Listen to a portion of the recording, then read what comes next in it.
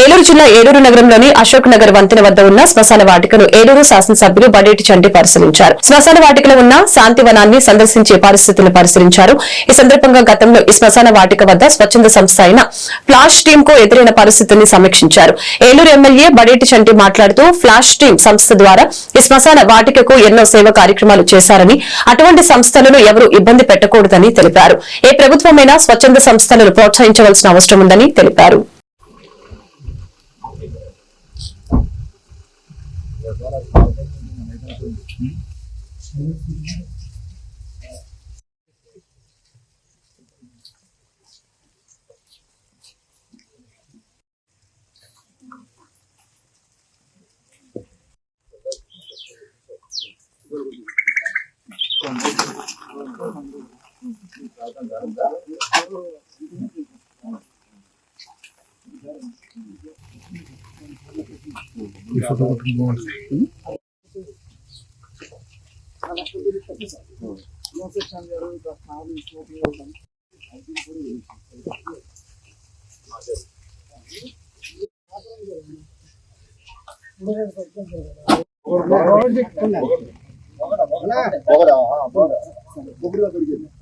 Sir, 1 second.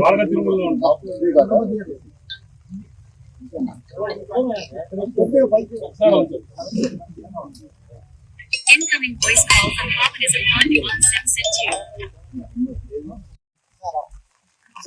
No, sir.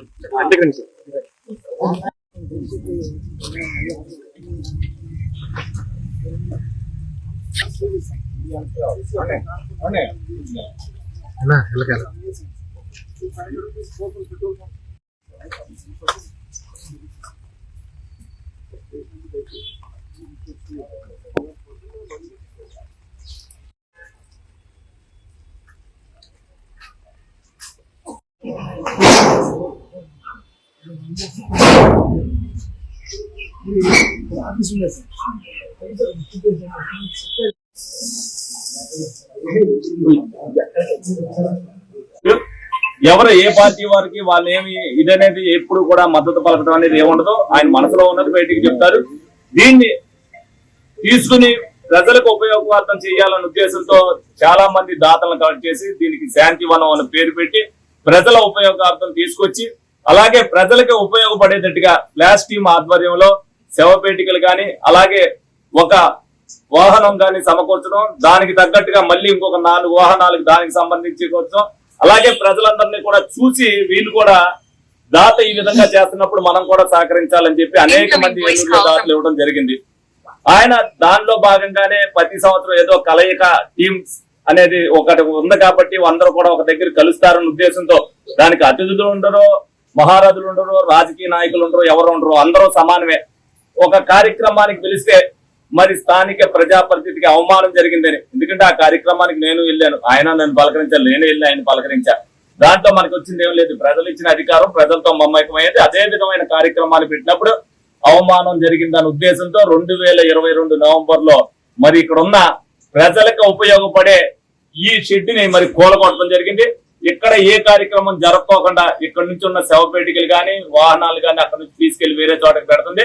అప్పటి నుంచి కూడా ఇక్కడ ఏ కార్యక్రమాలు ప్రజలకు ఉపయోగపడేటట్టుగా చాలా మంది ప్రజలు ఇబ్బంది పడుతున్నారు.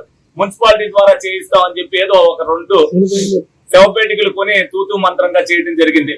ప్రజలకు ఉపయోగపడేటట్టు ఏదైతే ఫ్లాష్ స్వచ్ఛంద సంస్థ చేస్తుందో దాన్ని నిరాటంకపరిచి వాళ్ళ మీద మళ్ళీ అపవాదు మోపి పేపర్లు వేయించడం కూడా జరిగింది. అవన్నీ ప్రజలు ఎవరు నమ్మరు అనేది సంగతి తెలిసింది. ఎవరైనప్పటికీ కూడా ఏదైతే సేవా సంస్థ చేస్తుందో ఆ సేవా సంస్థ కార్యక్రమాలు మనం వాళ్ళకి ప్రోత్సహించాలి. దాన్ని చెడగొట్టే పరిస్థితి సంస్కృతికి ఉండకూడదు. భవిష్యత్తులో అటువంటి ఉండకోకుండా ఉండటం కోసం దీనికి ఏదైతే ఇప్పుడు ఆల్రెడీ కోర్టు స్టేలో ఉందో లీగల్ టీమ్ తో మాట్లాడి వీళ్ళ ఫ్లాష్ టీమ్ ని అనుసంధానం చేసి అతి త్వరలోనే మళ్ళీ ఇవన్నీ కూడా కార్యాచరణ ప్రజలకు ఉపయోగపడేటట్టుగా చేసి భవిష్యత్తులో ఏ నాయకుడు వచ్చినా స్వచ్ఛంద సంస్థ చేసే దానికి సహాయ సహకారాలు అందిస్తే ప్రజలు కూడా ఆ సేవా సంస్థకి ఎంతో కొంత సహకారం అందిస్తారు. లేకపోతే ఇంకొకరు సేవా సంస్థను స్థాపించడానికి ప్రయత్నం చేస్తారు. విధ్వంసం చేసేది అంటే ప్రజలకి సేవ చేద్దాం అనుకున్న దాన్ని కూడా విధ్వంసం చేస్తే సేవ చేసే వాళ్ళు కూడా బయట అడుగులేని పరిస్థితి ఉంటది. అటువంటిది తెలుసుకోవాలి. అటువంటి విడనాడాలి. తప్పనిసరిగా ఏదైతే ఫ్లాష్